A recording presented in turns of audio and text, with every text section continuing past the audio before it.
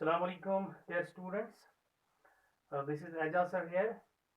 I welcome you all here with the circles, continuing the circles. Today we will discuss a different aspect of circles. Till date, there is a director of the departments and the companies. Today, I'm going to introduce you the director of the circles. So let's meet today the director of the circles. In the world of circles, there is also a director. So let me introduce you today that director, and we'll see its equation. तो आज हम बेटा पढ़ेंगे क्या director circle and it's equation. ये director circle क्या होता है? It is the locus of point of intersection of two perpendicular tangents to the given circle. तो ये एक सर्कल है. मैं इक्वेशन लूंगा सर्कल की X square plus Y square equal to A square. Its center is origin and radius is a. So it's a here. And you see, once you have two perpendicular tangents, this is 90, this is here 90, this is here 90, and it comes out to be a 90. तो ये जो आपके पास है, let it be A, P, C, let it be B. तो ये हमारे पास क्या बनेगा बेटा? ये हमारे पास स्क्वायर बनेगा. तो हमें ढूंढना है ये जो पॉइंट ऑफ इंटरसेक्शन है पी एच का मतलब इसका लोकस क्या होगा. Let's see what it's locus is. तो डायरेक्टर सर्कल की डेफिनेशन पहले क्या है? The locus of point of intersection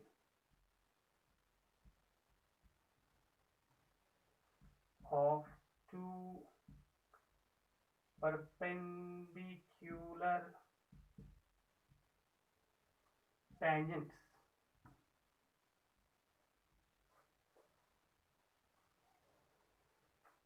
the locus of point of intersection of two perpendicular tangents to a given circle is called director circle. इसको कहते हैं हम director circle.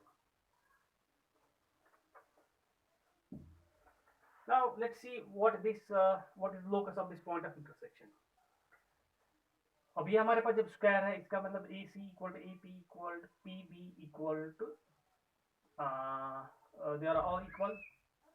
मैं यहाँ पे इस डायगोनल को ज्वाइन करूंगा. ये इसको बाइसेक्ट करेगा. ये एंगल कितना होगा? ये 45 होगा. Let me take in triangle PAC. Triangle PAC right angle triangle है ये. तो cos 45 जो है, cos 45 क्या बनेगा? ये बनेगा CA divided by CP. cos 45 is 1 by root 2. What is CA? It's radius A. What is CP? CP can calculate by distance formula. It's square root of h square plus k square. So square root of h square plus k square equal to square root 2 times a. Squaring both sides. It's h square plus k square equal to 2a square.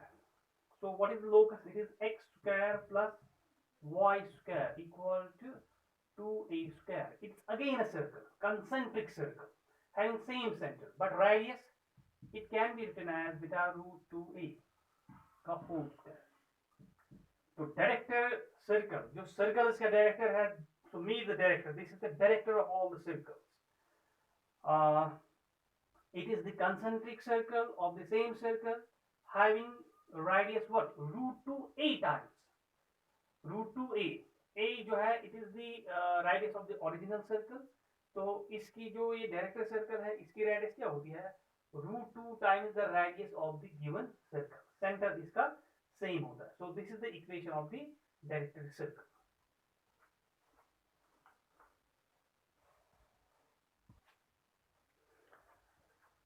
ना बेटा अगर आपके पास equation of circle ये होगी which is called the general equation of circle, x square plus y square plus 2gx plus 2fy plus 3 equal to 0. तो इसका जो director circle है उसकी इक्वेशन क्या आती है? It's X square plus Y square, क्योंकि सेंटर सेम है, plus 2gx plus 2fy plus 2c minus g square minus f square equal to 0. So this is the equation of director circle having equation in general form. तो यहाँ आप देख सकते हो इनका centre same है। अगर इसकी रेडियस आप फाइंड करोगे, जो कि हमारे पास रेडियस की फॉर्मूला है, you will come to know that वो आएगा square root 2 times the radius of this circle. So this was about the director circle. इस पर ऐसे भी क्वेश्चन आ सकता है, इक्वेशन दे के होगी तो फिर डायरेक्टर सर्कल जो है उसकी इक्वेशन या रेडियस निकालनी होगी। It's quite easy.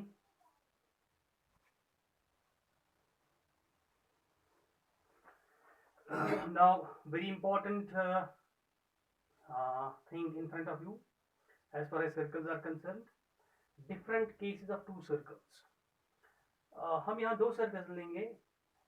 let the equation of first circle be x minus x1 whole square y minus y whole square equal to r1 square, and the second one x minus x2 square y minus y square equal to r2 square. तो ये एक circle है, इसका centre c1 है, means x1 और y1, and दूसरा circle इसका centre c2 है, x2 एंड y2। तो जो पहला सर्कल इसकी रेडियस r1 है एंड दूसरे सर्कल की रेडियस क्या है, r2। हम ये फर्स्ट केस c1 c2 से हम डिनोट करेंगे distance between their centres, distance between their centres.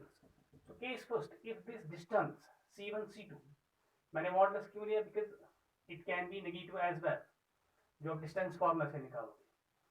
तो जो मॉडुलस मैंने लिया इस तरीके से c1 c2, it will be what, if it will be greater than r1 plus r2, here you can see in the picture जो c1 c2 है it's greater than r1 plus r2।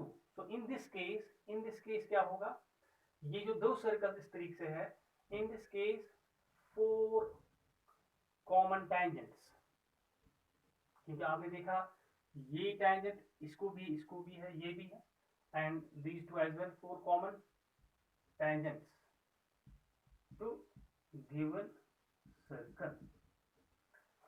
तो इसमें question ऐसे भी आ सकता है, circle की equation देके है, then you have to check this condition. अगर ये वाली कंडीशन सेटिस्फाई करता है तो इसके कितने कॉमन टेंजेंट्स बेटा बनेंगे, 4 कॉमन टेंजेंट्स। जो ये दो टेंजेंट्स है इनको कहते हैं ट्रांसवर्स कॉमन टेंजेंट्स, और जो ये दो है this one and this one, इनको कहते हैं direct common tangents. So this is case first. If this thing will happen, they will have 4 common tangents.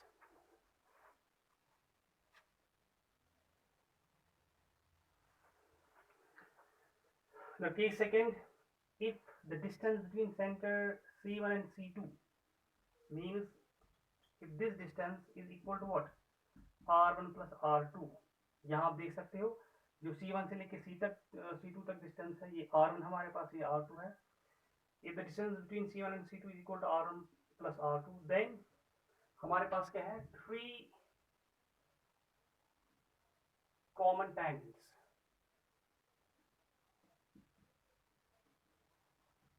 to given circle। या आप देखो एक ट्रांसवर्स टेंजेंट और 2 डायरेक्ट टेंजेंट्स आपको मिलेंगे यहाँ पर। एंड वन मोर थिंग, ये जो पॉइंट P है, ये जो है ये डिवाइड करता है C1 और C2 को internally in the ratio, very important, in the ratio what, R1 is to R2। जो इंटरनल डिवीजन बेटा पढ़ा आपने, उस इंटरनल डिवीजन से आप इस P की कोऑर्डिनेट्स निकाल सकते हो। P के कोऑर्डिनेट्स क्या आएंगे, जो आपने किया है m is to n ratio, तो वो आएगा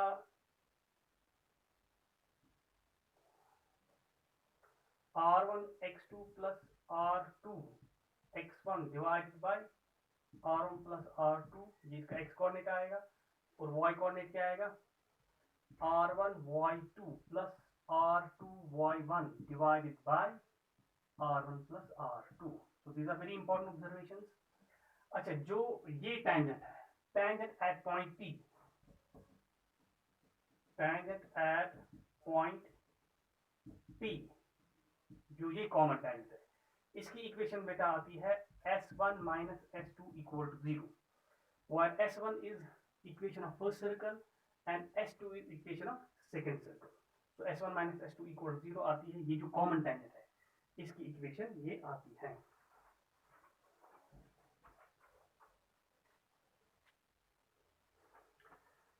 Now next case, case third, if the distance between two centers C1 C2, if it is greater than modulus of R1 minus R2 but less than R1 plus R2, तब ये जो circles हैं ये इस तरीके से इंटरसेक्ट करते हैं. तो इस केस में क्या है, two common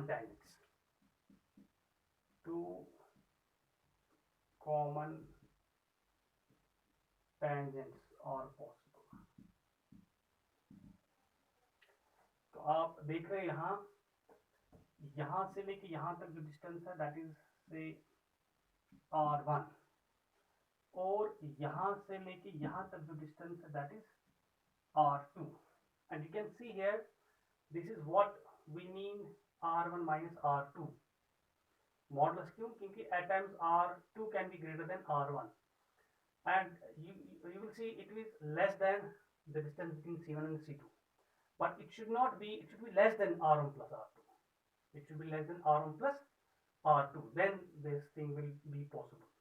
And one more thing, ये जो यहाँ point D है, अगर इसको extend करेंगे हम, point D जो इनका common point है, point D divides, very important, C1 C2. हाँ, कैसे?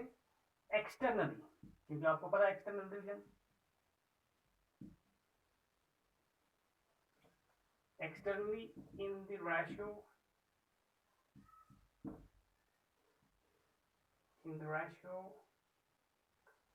R1 is to R2.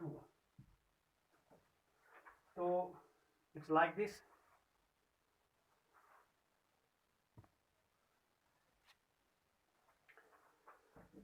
So we can take like this, C1D divided by C2D equal to R1 by R2. So in this sense, point D divides C1 and C2 externally. तो external division से हम इसके coordinates बेटा निकाल सकते हैं. And one more thing, यहाँ जो है इस तरीके से, यहाँ ये जो chord है, जब ये circles intersect ऐसे करेंगे, यहाँ इनका ये कॉमन कॉर्ड बनता है. इस केस में कॉमन कॉर्ड जो है इसकी इक्वेशन भी बेटा बनती है S1 minus S2 equal to 0. S1 जो है S1 इक्वल टू 0 हमें इक्वेशन ऑफ फर्स्ट सर्कल लेनी है, और S2 equal to 0 equation of second circle, उनको सब्ट्रैक्ट करना है, you will get the equation of common chord. These are very important observations.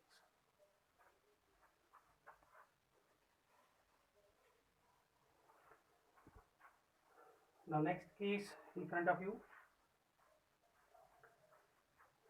So if the distance between centers, you can see here, is equal to R1 minus R2. Moduli why? Because it can be R2 minus R1 as well. तो यहाँ से हम देख रहे हैं, जब यहाँ से लेके यहाँ तक जो डिस्टेंस है ये होगा, ये यहाँ से लेके R1 है और यहाँ से लेके हमने R2 रखा, तो R1 माइनस R2 यहाँ है C1 माइनस C2. तो इस केस में सर्कल्स इंटरनली टच करते हैं. इससे पहले आपने देखा C1 C2 equal to R1 plus R2, तब सर्कल्स एक्सटर्नली टच कर रहे थे. तो इसमें बेटा क्या, only one common tangent is possible.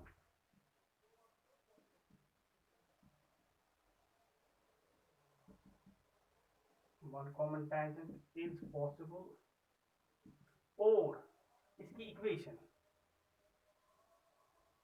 मैं फिर से बोल रहा हूँ, ये बहुत ही इंपॉर्टेंट ऑब्जर्वेशन है. इक्वेशन ऑफ ये जो कॉमन टेंजेंट है at point of contact T है, वो यहां भी आता बेटा S1 minus S2 equal to 0. देखो ये कितना सिंपल और इजी ऐसे बनेगा. अगर आप उस तरीके से जैसे डिफरेंशिएशन में करते हैं, टेंजेंट निकालेंगे, फिर उसका भी वो condition, that will be very difficult. So this is the easy one, S1 जो पहली इक्वेशन होगी सर्कल की माइनस दूसरी इक्वेशन, तो उसमें वो जो स्क्वायर वाई स्क्वायर वाले कंपोनेंट्स है वो कैंसिल हो जाएंगे, so finally you will get the equation of line, वो हमारे पास क्या होगा, equation of common tangent at point T. अच्छा, अगर आपको ये पॉइंट टी निकालना होगा, यू कैन सी हियर ये C1 C2 है, ये जो P है, ये P जो है divides C1 C2 externally in the ratio R1 is to R2, you can here see जो एक्सटर्नल डिवीजन बेटा है mx2 plus nx1 divide by m minus n, उससे आप ये जो पॉइंट है ये एक्सटर्नल डिवीजन से आप ये निकाल सकते हो।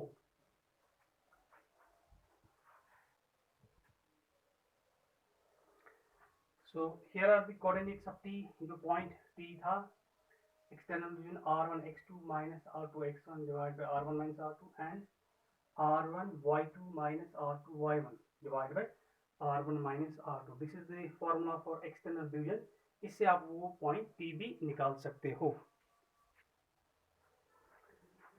Now last case, fifth case, अगर आपके पास distance between two centres, distance between two centres, if it will be this distance will be less than r1 minus r2, you can see it's r1 here and it's here r2, so it's less than r1 minus r2 modulus. Why modulus? Because it can be r2 minus r1 as I say.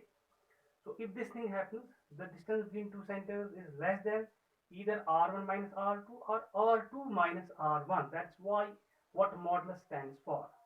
इसमें क्या होगा, एक circle दूसरे circle के पूरे inside lie करेगा, तो no common tangents possible, तो उसमें जो सारे टेंजेंट्स है they are imaginary. So this was the different cases as far as the intersection of or common tangents of the circles were concerned.